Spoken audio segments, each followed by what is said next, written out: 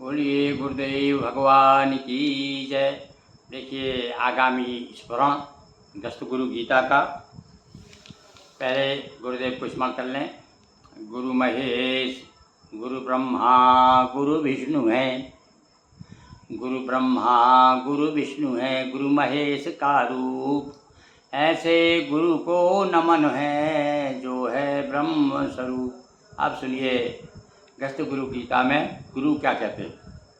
मीठी वाणी खुश करे, सेवा करे प्रसन्न, यदि उदारता हृदय में रहे न कोई विपन्न।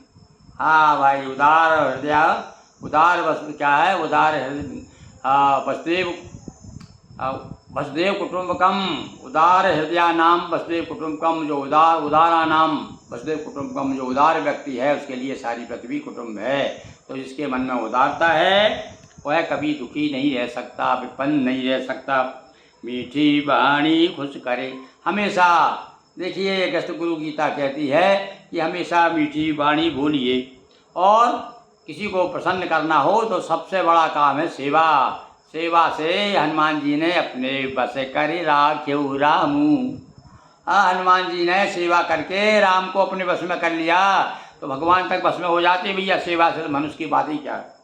दूसरा दुआ देखिए, आदर हो गुरुजनों का और छोटों के प्रति प्यार, बना रहे सद्भाव नित, यही सफल परिवार।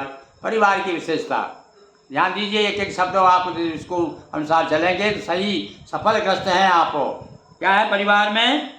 अपने घर में जितने भी बड़े हैं उनको आदर दीजिए, अपमान मत करिए, छोटों के प्रति स्नेह का भाव रखिए। इस प्रकार से सद्भाव रहेगा तो आपका परिवार सुखी है, सफल कहा जा सकता है।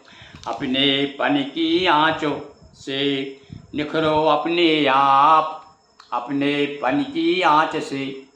हाँ, अपना पता, अपना जो आपका जो स्वत्व है उसको पहचानो। आप क्या हैं? जब तक आप अपने आप को नहीं पहचानो, जो जाने ते दे जनाई, और वो भी फिर भैया जाने जने तुम्हें, जाने तुम्हें हो जाए। तो कहा है अपने को जानो तो जाओ। उससे क्या होगा? अपना स्वत्व क्या है, उसके पीछे स्वत्व की पहचान कैसे होगी? जापो यजन से दूर कर पाप ताप संताप। दो चीज़ है भाई, अपने लिए सरल है। थोड़ा बहुत चाहिए तो अपने जीवन में रोज़ आप कुछ नहीं कुछ तो 10 आहुति दीजिए अपने इष्ट देव के नाम की, एक गणेश जी के नाम की, बस 11 बहुत है। और यदि आप सतग्रस्त हैं, भगवान भगवती लक्ष्मी कृपा चाहते हैं तो एक श्री सूक्त है और एक कनकधारा स्त्रोत है। ये मैं बता रहा हूँ आपको, ये ग्रस्त गुरु गीता के माध्यम से ग्रस्तों की सफलता के लिए। अब देखिए कनकधारा स्त्रोत संस्कृत में है भाई, भगवान शंकराचार्य रचित कनकी है, समझ लीजिए आप। हाँ, आप करके देख लीजिए 40 दिन, फिर मुझसे बताइएगा गुरुजी क्या हुआ। ये मैंने स्वयं जो है हिंदी में उसका अनुवाद किया है, कनकधारा भावधारा स्त्रोत नाम से। आप इसका जाप, आपको यदि संस्कृत नहीं आती तो मेरा वो वीडियो सुनिएगा। कनकधारा स्त्रोत का वीडियो बनाया मैंने, हिंदी में प्रस्तुत किया है। विद्वानों ने बड़ा सराहना किया उसकी, और भगवती की ऐसा कृपा हुई, कितना सुंदर। अरे इतना मैं उससे, मेरी रचना से ही मैं इतना मोहित हो गया हूँ कि मैं रोज़ उसका पाठ करता हूँ।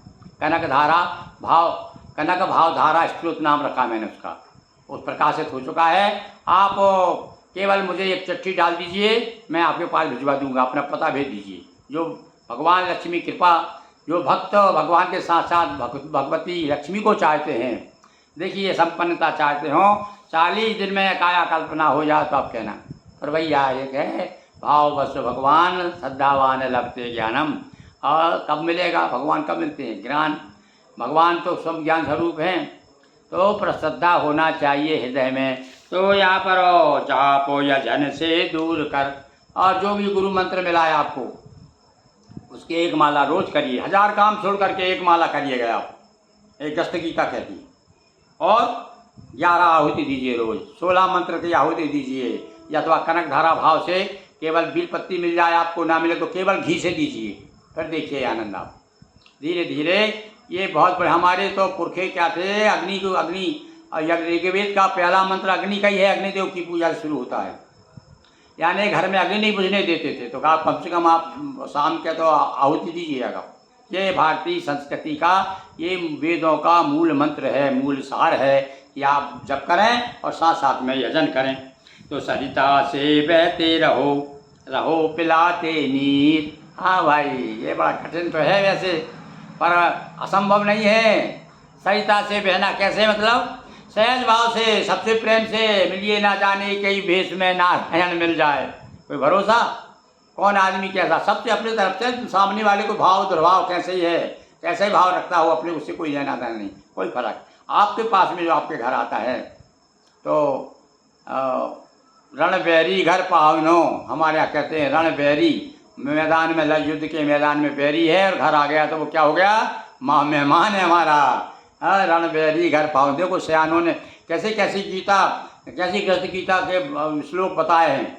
तो यहाँ भी ये कहता है सरिता से बहते रहो, रहो पिलाते नीर, और प्यास पीर हरते रहो, सभी कहेंगे पीर। अब ये पीर के दो मतलब है भाई, पीर यानी पीड़ा, और पीर जब को पीर को जो पिएगा, दूसरों की पीर को पिएगा, दूर करेगा तो वो पीर हो जाएगा, वो बड़ा फकीर हो जाएगा, बड़ा ऊंचा संत हो जाएगा, महंत हो जाएगा।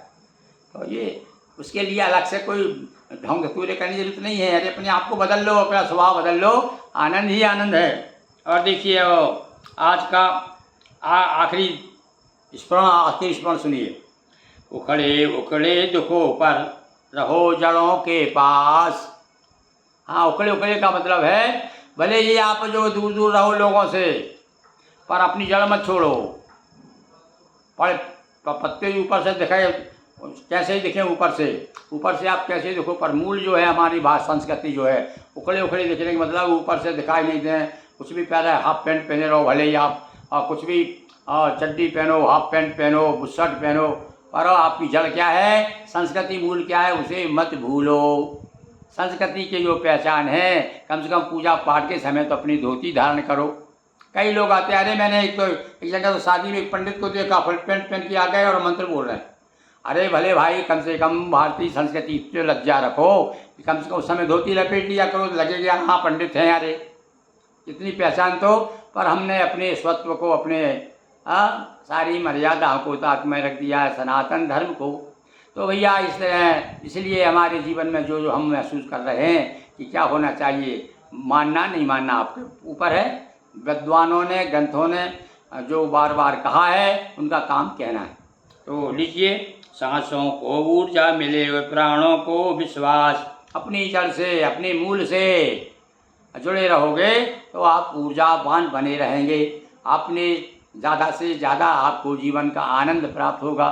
बोलिए गुरुदेव भगवान की जय।